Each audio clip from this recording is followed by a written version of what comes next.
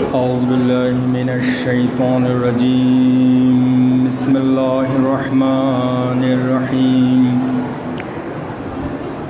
الحمد لله رب العالمين والعاقبة للمتقين هو الأول والآخر والظاهر والباطن هو الأسماء السامعين وأبصر الناظرين وخالق المخلوقين ورازق المرزوقين هو رب العالمين الرحمن الرحيم مالك يوم الدين إياك نعبد وإياك نستعين والصلاة والسلام على أشرف الأنبياء والمرسلين وخاتم النبيين سيدنا ونبينا وحبيب قلوبنا وطبيب نفوسنا مولانا مولى الثقلين جد الحسن والحسين أبي القاسم محمد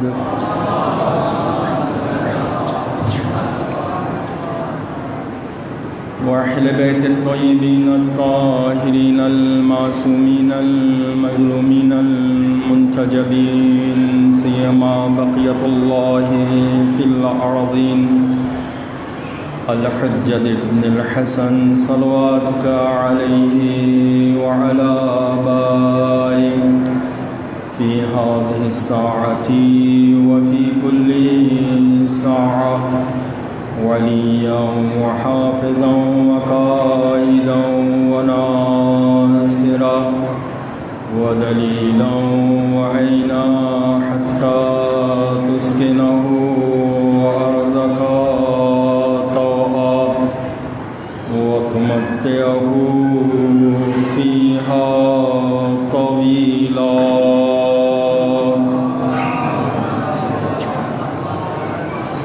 ولعنة الله على أعداء الله الأجمعين أما بعد قال الله سبحانه وتعالى في كتابه الكريم وقوله الحق أعوذ بالله من الشيطان الرجيم بسم الله الرحمن الرحيم وما أرسلناك إلا رحمة للعالمين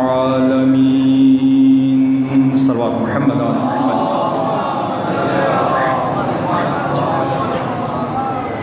আলহামদুলিল্লাহ আল্লাহ রাব্বুল আলামিনের দরবারে আমরা যতই শুকরিয়া আদায় করি আমাদের জন্য এটা কম হবে, যেহেতু আল্লাহ রাব্বুল আলামিন আইয়ামে আযা মাহে মুহররমের শুরু থেকে আমাদেরকে মুহাম্মদ ও আলে মুহাম্মদ আর বিশেষ করে ইমাম হুসাইন এবং শহদায়ে কারবালার শোক পালন করার জন্য তৌফিক দিলেন। আর আমাদের সম্মান এটার মধ্যেই রয়েছে যে আমরা নিজেকে আজাদার হিসাবে গণ্য করতে পারি এবং আজাদারে সৈয়দুশ শাহদার হিসাবে নিজেকে পরিচয় দিতে পারি। সালাত মুহাম্মদ আলে মুহাম্মদ। আজাদারে সৈয়দুশ শাহদার এবং আজাদারির জন্য বিগত কয়েক বছর এই বিষয়ে আলোচনা করা হলো। তারপরেও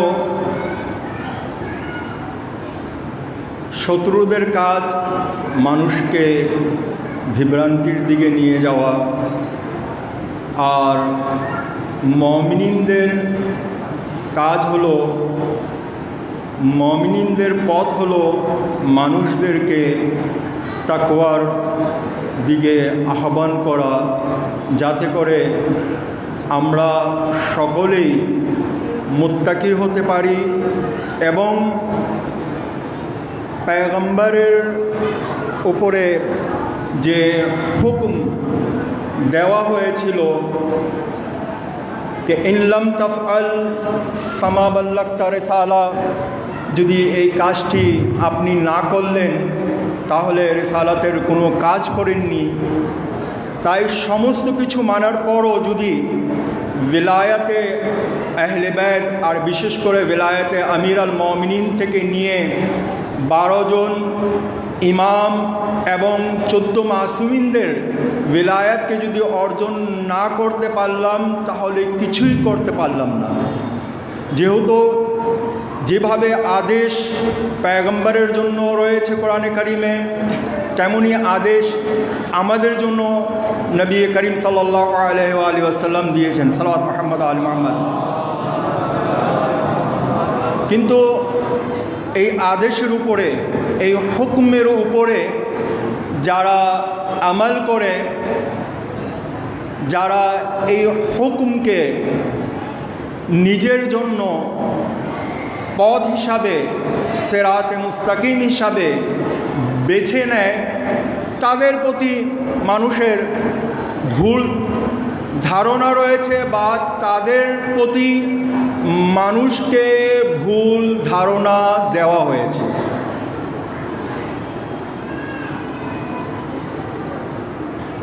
কারণ সত্য সবাই হজম করতে পারে না,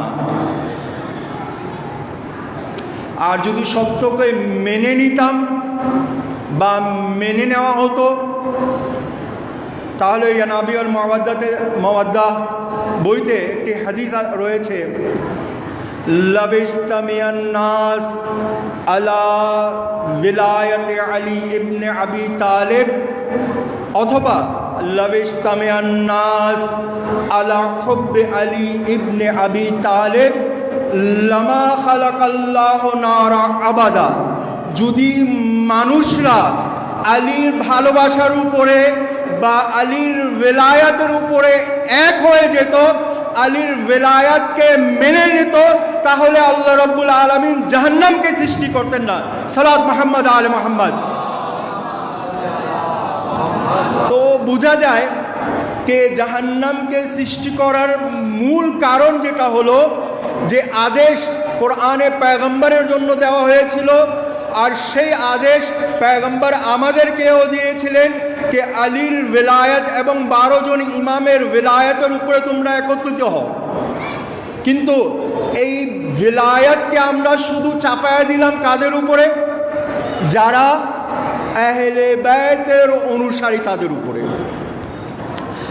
আর তাদেরকে কি বলা হয়?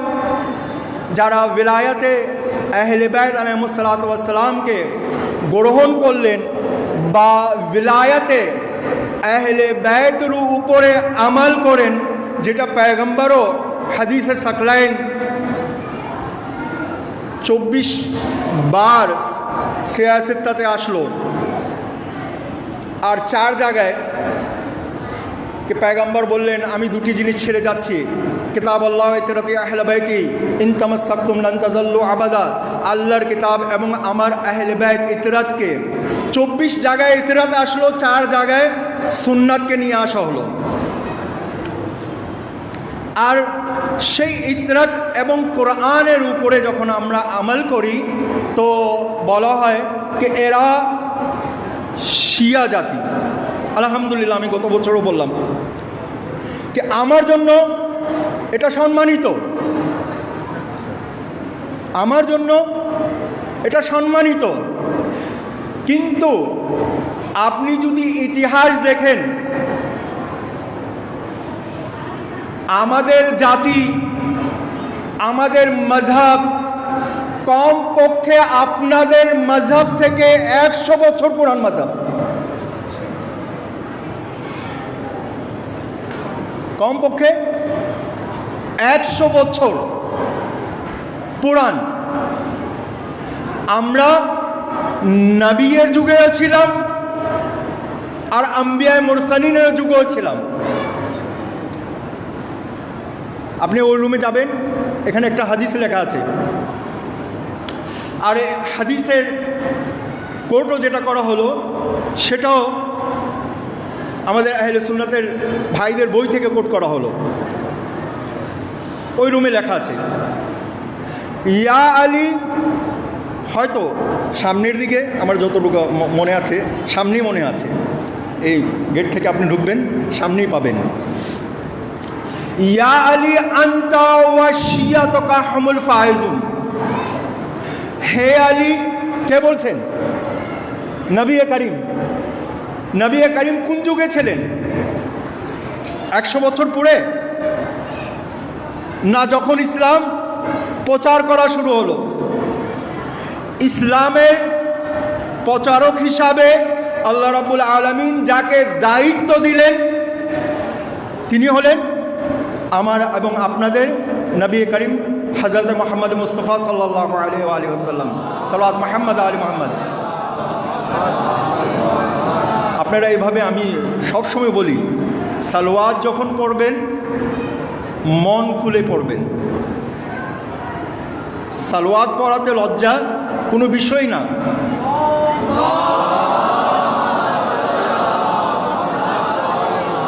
আর যদি এইভাবে পড়েন তাহলে মনে করব শয়তানকে খুশি করার জন্য।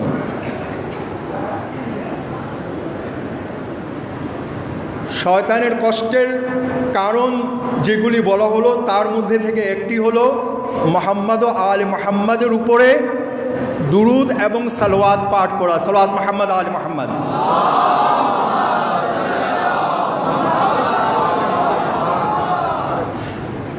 জনাবে ইব্রাহিমের জন্য কোরআনে কারিমে আয়াত আসলো কে জনাবে ইব্রাহিম কে ছিলেন?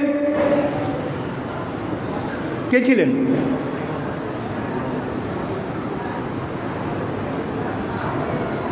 কোনো জায়গায় জনাবে ইব্রাহিমকে খলিল বলা হলো, নবুয়তের বিষয়ে বলা হলো, ওনার রিসালাতের বিষয়ে বলা হলো, ওনার কিতাবের বিষয়ে বলা হলো, অনেক বিষয়ে জনাবে ইব্রাহিম আলাইহিসসালাতু ওয়াসসালামকে বলা হলো। কিন্তু জনাবে ইব্রাহিম আলাইহিসসালাতু ওয়াসসালামকে শিয়াও বলা হলো। জনাবে ইব্রাহিমকে শিয়াও বলা হলো। তো এই যে আমাদেরকে শিয়া বলা হয়, পয়গম্বরের হাদিসে পয়গম্বর আমাদেরকে শিয়া বললেন। আমি গর্বর সাথে বলতে পারি আমাদেরকে বললেন, ইয়া আলী আনতা ওয়া শিয়াতুকা। আপনি এবং আপনার শিয়ারা। অনুবাদ করতে গিয়ে অনেক কিছু অনেকজন বলে দেয়, আমি এই জন্য বারবার শিয়া শব্দটা ব্যবহার করছি। আপনি এবং আপনার শিয়া হুমুল ফায়েজুন, তারাই বিজয় অর্জনকারী। কারা? যারা আমির আল মুমিনিন কে মানে এবং আহলে বাইত আলাইহিসসালাতু ওয়াসসালামকে অনুকরণ করে তাদেরকে বিজয় দলের হিসাবে পয়গম্বর গণ্য করলেন। এখন যদি আমরা দেখি যে আমরা তো পয়গম্বরের যুগ থেকে ছিলাম, আপনারা কোথায় থেকে আসলেন? আপনারা কোথায় থেকে আসলেন? আর আসলেনও তাহলে আমাদের 100 বছর পরে।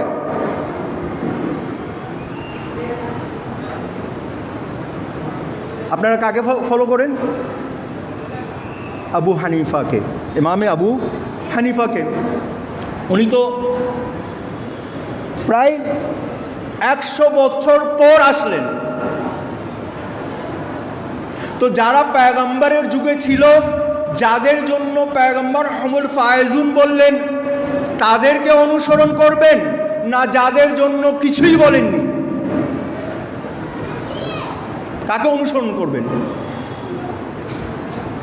যখন আমরা অনুসরণ করি তখন আমি গত বছরও এই কথা বললাম, এখন প্রশ্ন করার সময় তাদের আমাদের 1400 বছর ধরে আপনারা প্রশ্ন করে আসলেন কেন তারা এটা করে, কেন তারা, আর বিশেষ করে মাহে আজা মহরমের চাঁদ উঠে যারা আহলে বাইতকে ভালোবাসে, যারা পয়গম্বরকে ভালোবাসে, যারা সৈয়দায়ে কওনাইন হযরত জাহরাকে ভালোবাসে, যারা আমির আল মুমিনিনকে ভালোবাসে, তারা ইমাম হুসাইনের শোকে শোকাত হয়। এটা তো আপনাদের দরকারও ছিল। আয়াতে কারিমাতে পয়গম্বর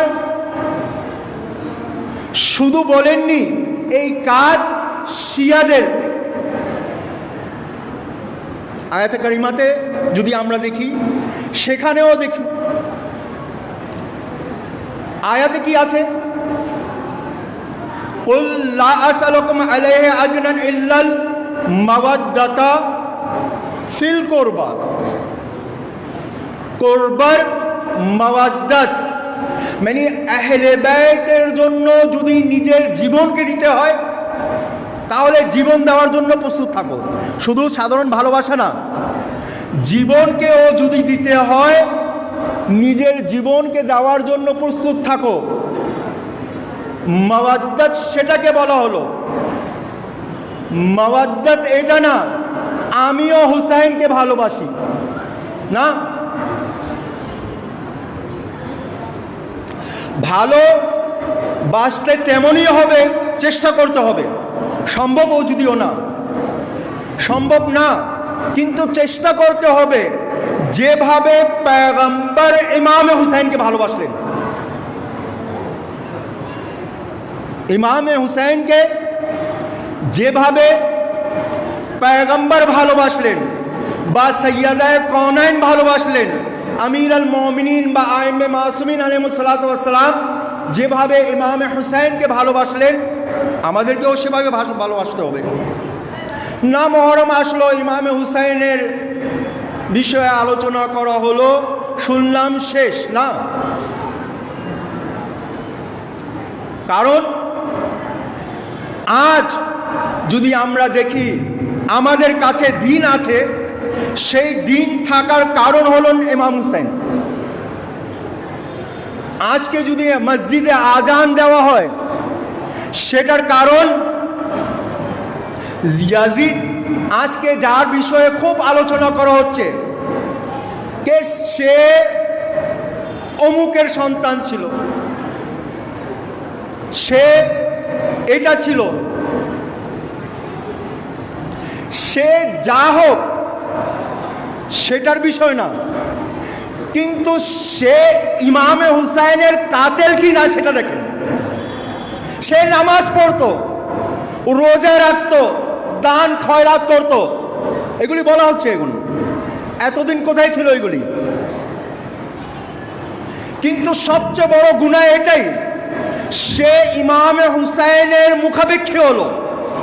সে যা কিছু করুক, সে না, সেই ইমামে হুসাইন বা আহলে বাইতের মোকাবেলায়, আহলে বাইতের মুখাপেক্ষী যারাই হবে, সে যত বড় সাহাবী হোক, হাজি হোক, শরাবি হোক, নামাজি হোক, যেই হোক, যারা আহলে বাইতের বিপক্ষে দাঁড়াবে তাদের উপরে আল্লাহ রাব্বুল আলামিনের পক্ষ থেকে লানত বর্ষিত হবে। সালাওয়াত মুহাম্মদ আলে মুহাম্মদ। সে ইমামে হুসাইনকে হত্যা করল, আর ইমাম হুসাইনকে এত সহজ জান্নাত, জান্নাত এত সহজ না। আমি আয়াতের বিষয়ে কালকে থেকে ইনশাআল্লাহ শুরু করব, যেহেতু আজকে প্রথম মহরম। আর আজাদারে সৈয়দুশ শুহাদা, এটার জন্য হয়তো আমি গত বছরও হাদিস আপনাদের সামনে তুলে ধরলাম কে শয়তান নিজের সন্তানদের, শুনেন,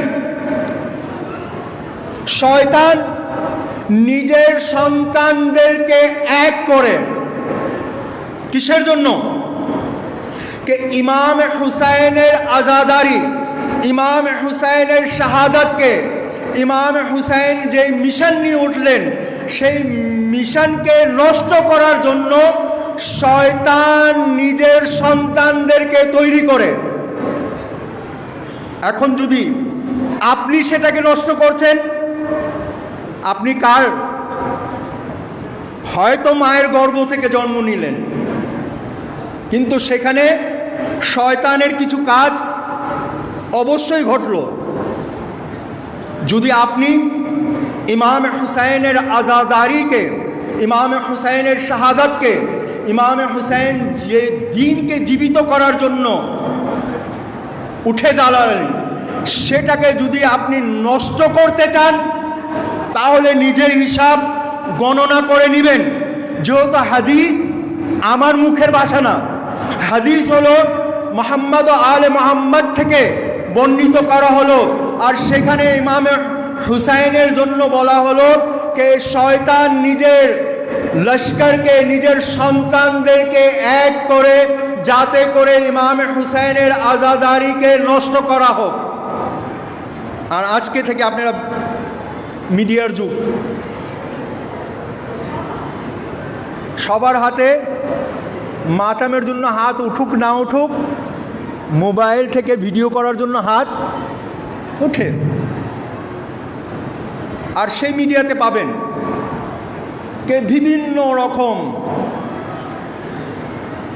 হাদিস দিয়ে, এটা দিয়ে ওটা দিয়ে ইমাম হুসাইনের আজাদারিকে নষ্ট করার চেষ্টা করা হচ্ছে।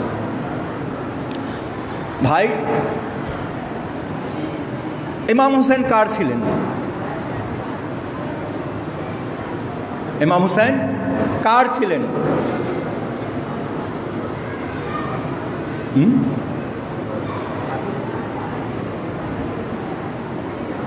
ইমাম হুসাইন সবার জন্য ছিলেন।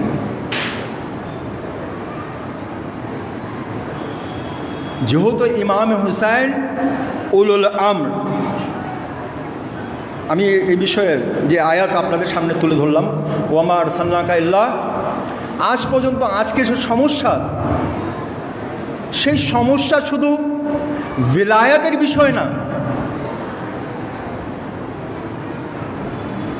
আমরা ভিলায়াতকে গ্রহণ করলাম, আমরা মানি, আমাদেরকে পৃথক করা দেওয়া হলো, কিন্তু মানা তো উচিত ছিল আপনাদের। কেন? পয়গম্বর কি বললেন? আচ্ছা, প্রথম প্রশ্ন, রাসূলুল্লাহ কার জন্য?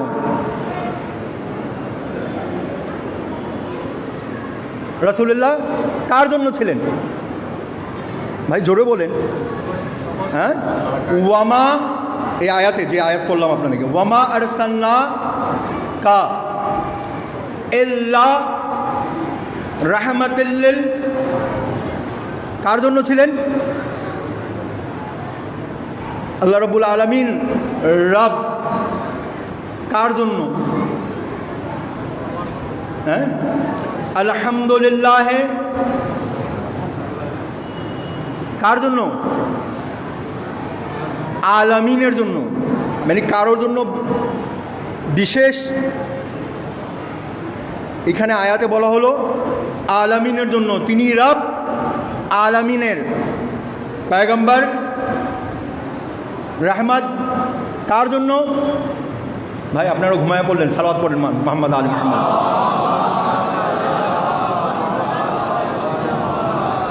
আলামিনের জন্য। পয়গম্বর কি বললেন? হুসাইন ও মিন্নি ওয়া আনা মিন হুসাইন। যদি পয়গম্বর আলামিনের জন্য, তাহলে ইমামে হুসাইনও আলামিনের জন্য। সেই আলামিনের মধ্যে আপনারা আছেন কি না? আছেন? দ্বীনে ইসলামকে গ্রহণ করলেন? মা বাবা এভাবেই শেখালো। এটা বললে চলবে না। কারণ কি? উসুল আর ফুরুর মধ্যে পার্থক্য আছে। উসুল, আকল এবং ওয়াহি, দুইটা জিনিস প্রয়োজন। ফুরুর মধ্যে হয় তাকলিদ করেন, অথবা এহতিয়াতের উপরে আমাল করেন, অথবা মুস্তাহেদ। তিনটা পদ। ফুরুয়ের উপরে আপনার আকলকে আপনি ব্যবহার সেখানে করতে পারবেন। একটু মনে হয় ভারী হয়ে যাচ্ছে, বুঝতে কষ্ট হচ্ছে। উসুল কাদের জন্য? সেখানে তাকলিদ জায়েজ না। উসুলের মধ্যে আপনি উসুলে দিনের উপরে তাকলিদ করতে পারেন না। সেখানে কি দরকার? তো আপনি যদি বলবেন আমার বাপদাদা এমন করলো, তাহলে আপনি আপনার বাপদাদার তাকলিদ করলেন, আর এখানে তাকলিদ জায়েজ না। এখানে আল্লাহ রাব্বুল আলামিন আপনাকে কি দিলেন? বিবেক দিলেন, আর ওয়াহির মাধ্যমে আপনাকে বুঝতে হবে। তো পয়গম্বর আলামিনের জন্য আল্লাহ রাব্বুল আলামিন পয়গম্বর রহমতুল্লিল আলামিন হুসাইন মিন্নি ওয়া আনা মিন হুসাইন, হুসাইন আলামিনের জন্য। তো আলামিনের মধ্যে আমি এবং আপনি আছেন কি না? আছি ভাই, আছি। আলামিনের মধ্যে থেকে একটা আলম এই দুনিয়া, আলামিনের মধ্যে থেকে একটা দুনিয়া, এটা আলম। সেখানে বহুবচন ব্যবহার করা হলো, ওয়ামা আরসালনাকা ইল্লা রাহমাতাল লিল আলামিন, আলামিনের জন্য। তো সেই আলামিনে আমরা রয়েছি। তো ইমামে হুসাইনের আজাদারি কার জন্য ছিল? কার জন্য ছিল? পুরুষদের জন্য, মহিলাদের জন্য, বাচ্চাদের জন্য, শিয়াদের জন্য, আহলে সুন্নাতের জন্য, খ্রিস্টানদের জন্য, মাজুসিদের জন্য, জিনদের জন্য, মানুষের জন্য, ফারিস্তার জন্য, পশু পাখির জন্য? কাদের জন্য ছিল? এই আলামিনের মধ্যে যারা রয়েছেন তাদের জন্য ছিল। তো কেন আমরা আজাদারিকে শুধু এক গ্রুপের জন্য রেখে দেই যে আজাদারি তারাই করবে? কমপক্ষে তো নিজেকে আমরা আদমের সন্তান বলি। হযরত আদমকে আবুল বাশার মানি না? আমরা কি হলাম? আদমের সন্তান। এটা তো বিশ্বাস করেন ভাই? আপনাদের মাথা নাড়ন অবস্থা দেখে মনে হচ্ছে এখনও অনেকটা সন্দেহের মধ্যে আছেন যে আমি আদমের সন্তান আছি কিনা।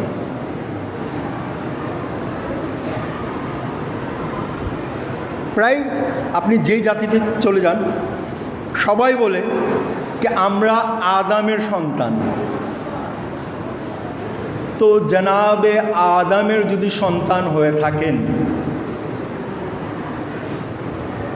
বাপের সুন্নাতের উপরে আমাল করার প্রয়োজন কাদের ছিল? সন্তানদের। আপনি যদি নিজেকে আদমের সন্তান মানেন, তাহলে বাপের সুন্নতের উপর আমল করার দায়িত্ব কার ছিল? সন্তানদের। তো ইমামে হুসাইনের জন্য হযরত আদম কন্দন করলেন কিনা?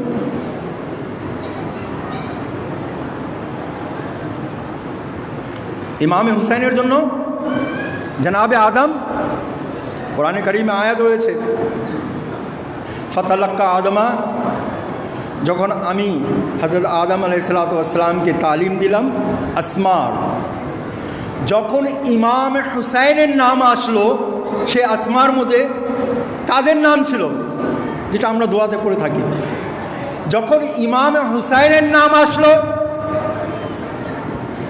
তখন জনাবে আদম ইমাম হুসাইনের জন্য কন্দন করলেন কি না? কন্দন করলেন। জনাবে আদমের আরেকটা সুন্নাত ছিল, যেটার জিক্র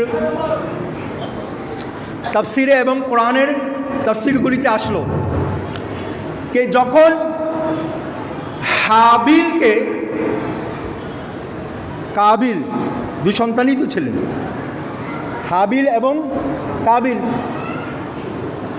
হাবিলকে কাবিল হত্যা করলেন, তখন জনাবে আদম আলাইহিস সালাম হাবিলের কবর যখন বানালেন, তখন জনাবে আদম কন্দন করলেন।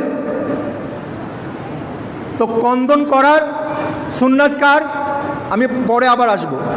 কার? বাবা আদমের কন্দন করা। ইমামে হুসাইনের জন্য কন্দন করলেন এবং নিজের সন্তানের জন্য কন্দন করলেন। তিনি আরেকটা কাজ করলেন,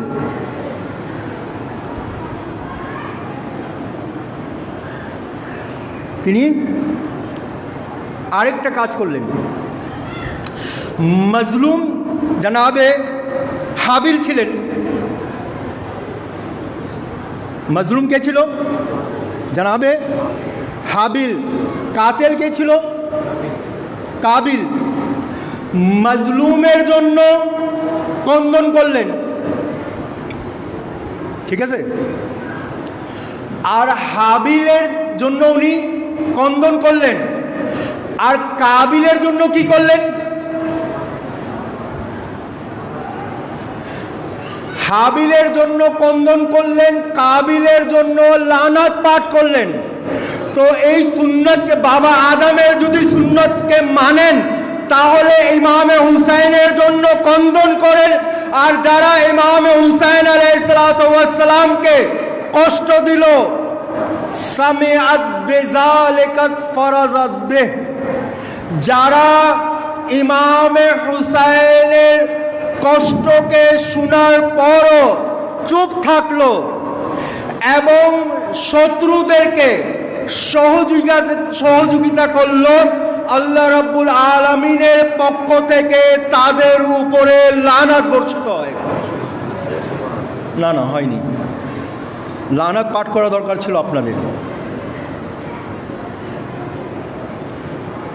এখন পর্যন্ত আদমের সন্তান হতে পারলাম না, হলে লানত পাঠ করতাম।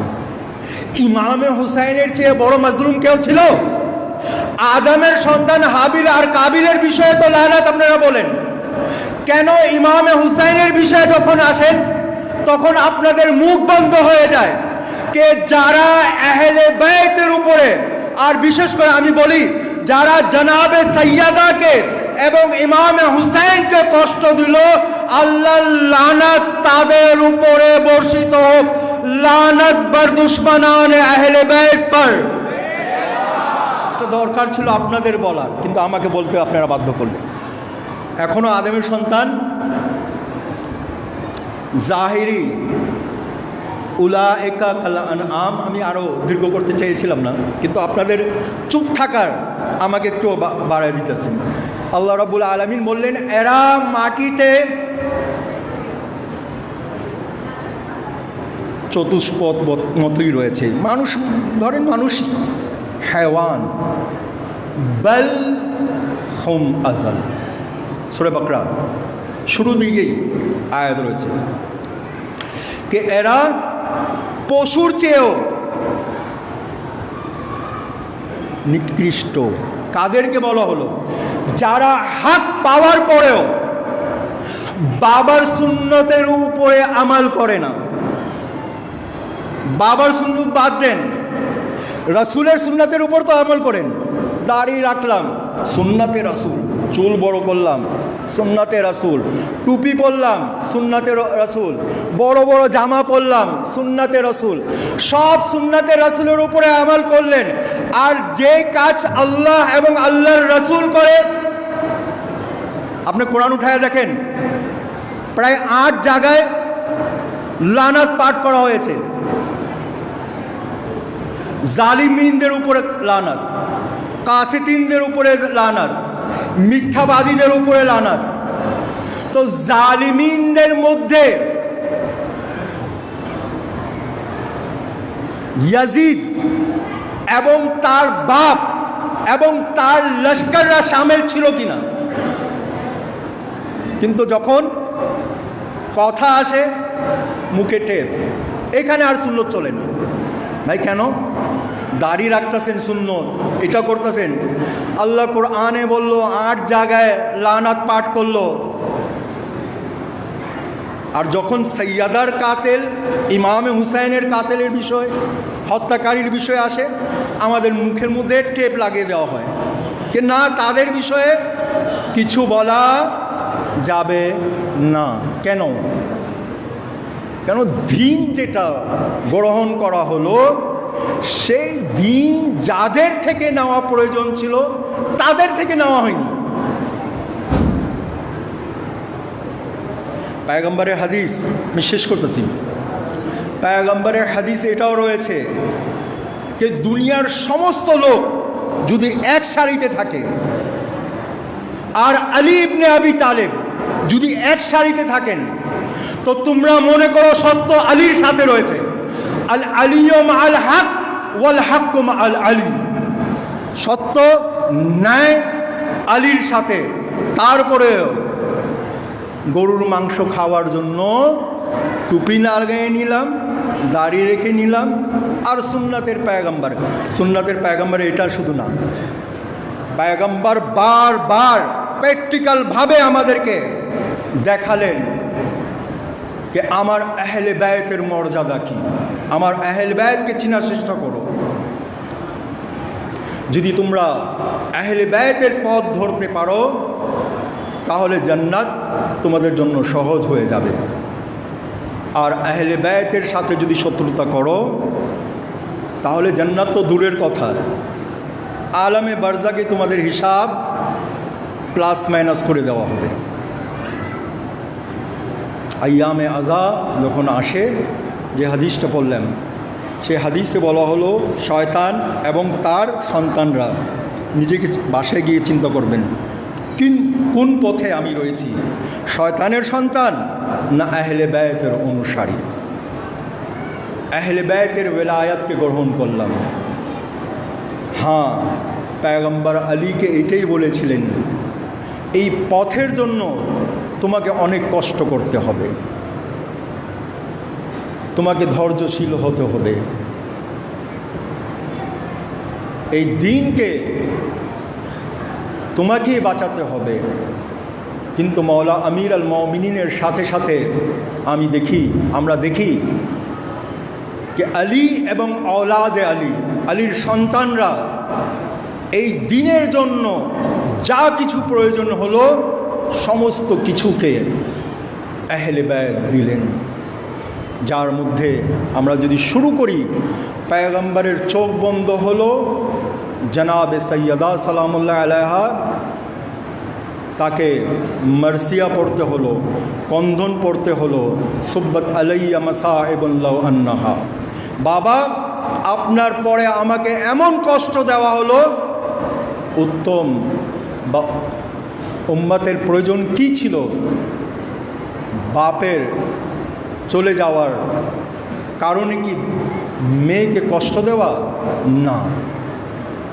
তারপরে সেখানে তারা শেষ করেনি, আমির আল মুমিনিনের গলায় তারা দড়ি দিল, টেনে হিচড়ে মসজিদে নিয়ে গেল, সেখান পর্যন্ত শেষ করিনি। ইমামে মুত্তাকিনকে তারা শহীদ করল। তারপরে ইমামে হাসান, আর ইমামে হাসানের পরে ইমামে হুসাইন। ইমামে হুসাইন বললেন না, আর শত্রুদেরকে সময় দেওয়া হবে না, তাদের মুখোশকে উন্মোচন করতে হবে। আর এই কারণে ইমাম হুসাইন আলাইহিসসালাম মদিনা থেকে যখন সফর করছিলেন, মুহাম্মদে হানাফিয়া ওনার ভাই যখন ওনাকে বললেন যে আপনি মদিনা ছেড়ে যেয়েন না, তখন তিনি নিজের ওসিয়তনামায় এটাই বলেছিলেন इन्नी लम यखरज बतरौ जुल्मौ व मुफसदन बल खरजत इस्लाह उम्मत जद्दी व उसीर बसीरत जद्दी व अबी अली इब्न अबी तालिब व आमरा बिल मारूफ व नही अनिल मुनकर।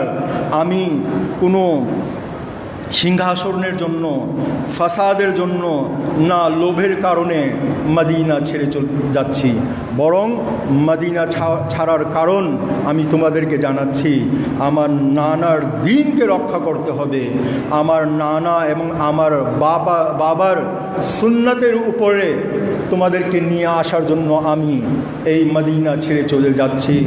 हाँ, इमाम हुसैन अलैहिस्सलाम के যখন দরবার ওয়ালিদের দরবারে ডাকা হলো, সেই 26 রজব ইমাম হুসাইনকে যখন ওয়ালিদের দরবারে ডাকা হলো আর বলা হলো যে ইয়াজিদের পক্ষ থেকে চিঠি আসলো, আপনাকে ইয়াজিদের বায়াত করতে হবে। সেই সময় ইমাম হুসাইন আমাদেরকে একটি শিক্ষার বাক্য সেখানে দিয়েছেন, কে সেই বাক্যর মধ্যে ইমাম হুসাইন বললেন কে কখনো হুসাইনিয়াত ইয়াজিদিয়াতের বায়াত করতে পারে না। যারা হুসাইনি হবে তারা কখনো ইয়াজিদের সামনে নিজের মাথাকে নত করবে না।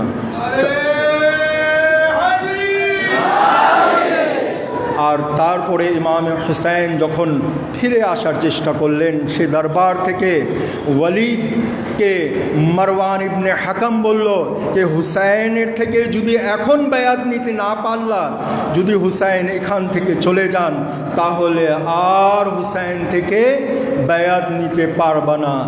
তাহলে এক কাজ করো, হুসাইনের মাথাকে আলাদা করে দাও। ইমাম হুসাইন বললেন, ইনকানা দীন মুহাম্মাদিন লাম ইয়াস্তাকিম ইয়া সুয়ুফি খুজুনি। দীনে মুস্তাফাকে জীবিত করার জন্য যদি আমার মাথার প্রয়োজন পড়ে, আমার রক্তের প্রয়োজন পড়ে, হে তলোয়াররা এসো, আমাকে টুকরো টুকরো করে দাও। আমি নিজেকে ফানা করে তারপরে আমার নানার দ্বীনকে বাঁচিয়ে ছাড়ব। হ্যাঁ, ইমাম হুসাইন যখন বাসায় আসলেন, সেই বোন যাকে ইমামে মুত্তাকিন আলাইহিসসালামও প্রচুর ভালোবাসতেন, জনাবে জাহরা প্রচুর ভালোবাসতেন, আর ইমামের হুসাইনের ভালোবাসা সেই বোনের প্রতি তো সীমাহীন ছিল। বোন যখন ভাইয়াকে আসতে দেখলো, এগিয়ে ভাইয়াকে জড়িয়ে ধরে বললেন, ভাইয়া কিসের জন্য আপনাকে ডাকা হলো?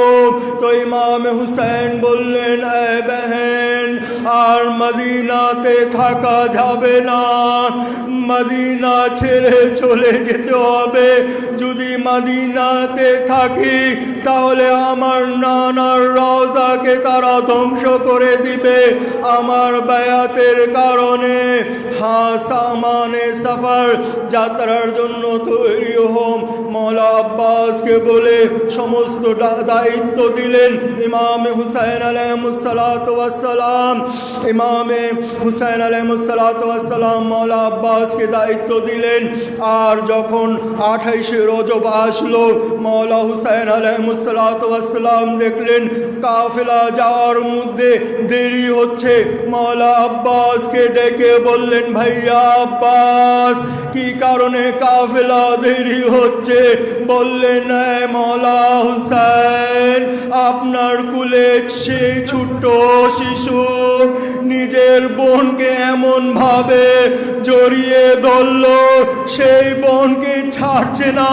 ইমাম হুসাইন আলাইহিসসালাম এগিয়ে গিয়ে মওলা আলী আসগরকে নিতে চাইলেন, কিন্তু মওলা আলী আসগর আরো দৃঢ়ভাবে বোনকে জড়িয়ে ধরলেন। মওলা হুসাইন সেই আলী আসগরের কানে যখন কিছু বললেন, বোনের কুল ছেড়ে মওলা আলী আসগর ইমাম হুসাইনের কাছে চলে আসলেন। হাদাদারে হুসাইনি জাযাকুম রাব্বুকুম, আমাদেরকে আমাদের ইমামরা বললেন, আইম্মে মাসুমিনরা বললেন, ইমাম হুসাইনের জন্য সিহা করার জন্য, অর্থাৎ চিৎকার মেরে কন্দন করার জন্য বলা হয়েছে। হয়েছে। রেওয়ায়াতে হাদিসে এভাবে আসলো, ইমাম হুসাইনের কাছে যখন জনাবে আলী আসগর চলে আসলেন, বিবি বিমারে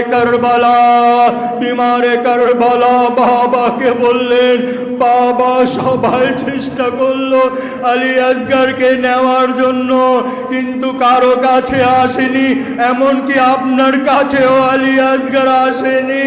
আপনি আলী আসগরের কানে এমন কি বললেন কে আলী আসগর আমার কুল ছেড়ে আপনার কাছে চলে আসলেন? ইমাম হুসাইন বললেন, এ বেটি, আমি আলী আসগরকে বললাম, এ বেটা আলী আসগর, আল্লাহ রাব্বুল আলামিন জনাবে ইব্রাহিম থেকে জিবে আজিমের ওয়াদা করেছেন, সেই আজিম রক্ত আপনাকে কারবালায় দিতে হবে, সেই রক্তের মাধ্যমে কারবালা জীবিত হবে। জাযাকুম রাব্বুকুম, আল্লাহ রাব্বুল আলামিন আপনাদেরকে কোনো কষ্ট যেন না দেন। সিওয়ায়ে গামে সৈয়দুশ শাহাদা ইমাম হুসাইন আলাইহিস সালাতু ওয়াস সালাম, যার ফরশের মধ্যে আমরা এসে বসলাম, আমাদের জন্য সম্মান এই ফরশ, এই আজাদারি আমাদের জন্য সম্মান। আলী আসগর ইমামে কুলে চলে আসলেন, বিবি বাবাকে বললেন, বাবা আমি একা হয়ে যাব, বাবা আপনাকে আমি একটু অনুরোধ করতে চাই, যদি আপনার কাফেলার মধ্যে আমার জন্য কোনো জায়গা না থাকে, সে আপনার বুকের মধ্যে যে বিবি ঘুম পাড়ান, যাকে আপনি বুকে ঘুম পাড়ান, সেই বিবির উটের রশি আমার হাতে দিয়ে দিন, আমি সে রশি করে হেঁটে হেঁটে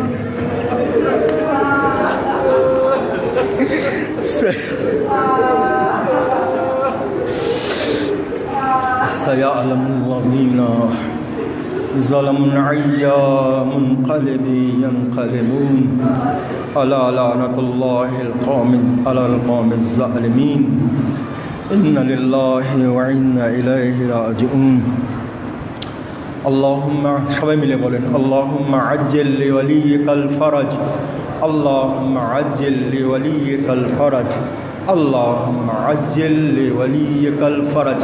আপনারা যদি চান যে ইমাম হুসাইনের রক্তের বদলা খুব তাড়াতাড়ি নেওয়া হোক, তাহলে ইমামে মেহেদির সুআগমনের জন্য এই দোয়াটা অবশ্যই পড়বেন, আল্লাহুম্মা আজ্জিল লিওয়ালিয়িকাল ফরজ আল্লাহুম্মা আজ্জিল লিওয়ালিয়িকাল ফরজ আল্লাহুম্মা আজ্জিল লিওয়ালিয়িকাল ফরজ।